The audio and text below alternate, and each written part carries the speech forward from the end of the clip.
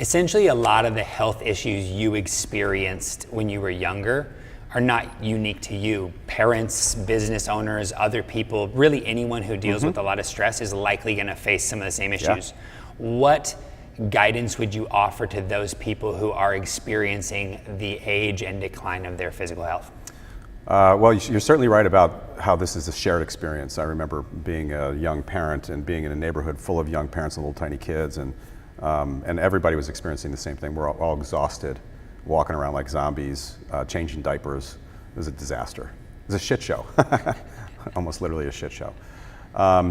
What advice I would have? Well, the first thing is you have to make your health a priority.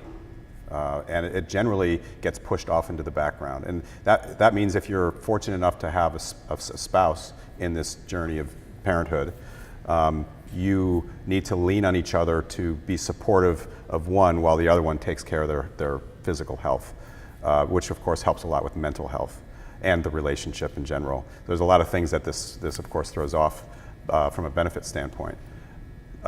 So the priority is probably one, and then depending on where you are, if you're really sedentary, which is fairly common, you just have to move, just walking. Things like tracking steps and gradually ramping that up so that you're not so sedentary is advantageous.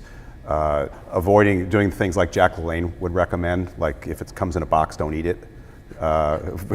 Exceptional cutting edge sage advice in 1955 or whenever he was alive and doing his thing.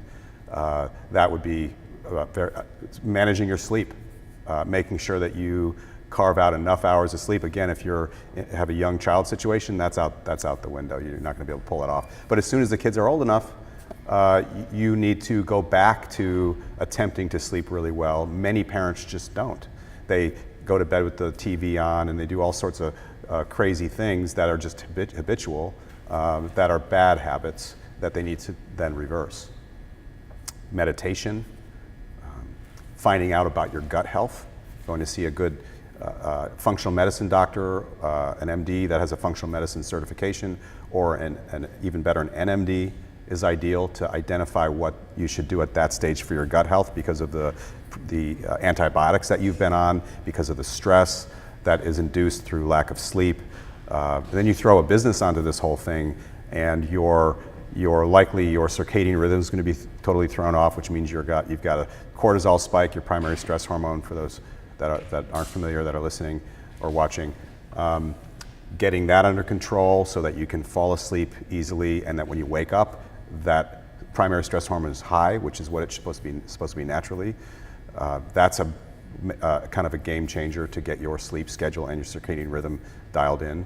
And that will help you be a better business person. Your judgment becomes better.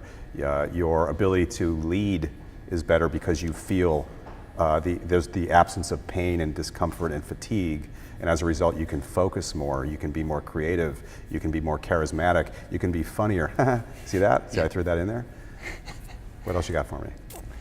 So you mentioned seeing a functional medicine practitioner, an NMD. I get all the time. I get blood work done with my doctor every year. Why an NMD and not just your doctor for your annual physical? Well, the reason is, okay, so this may not apply to everybody. Perhaps, Tyler, it's your goal to make sure you're not sick. And if you go to a doctor to make sure you're not sick, just go to your MD.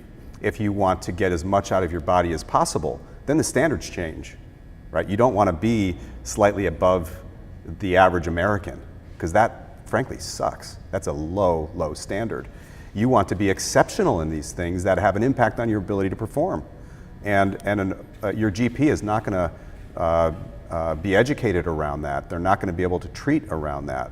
But a functional medicine doctor, who also may be your GP, or an NMD, they're highly trained in this concept, the concept of performance medicine. And that's really what we're talking about.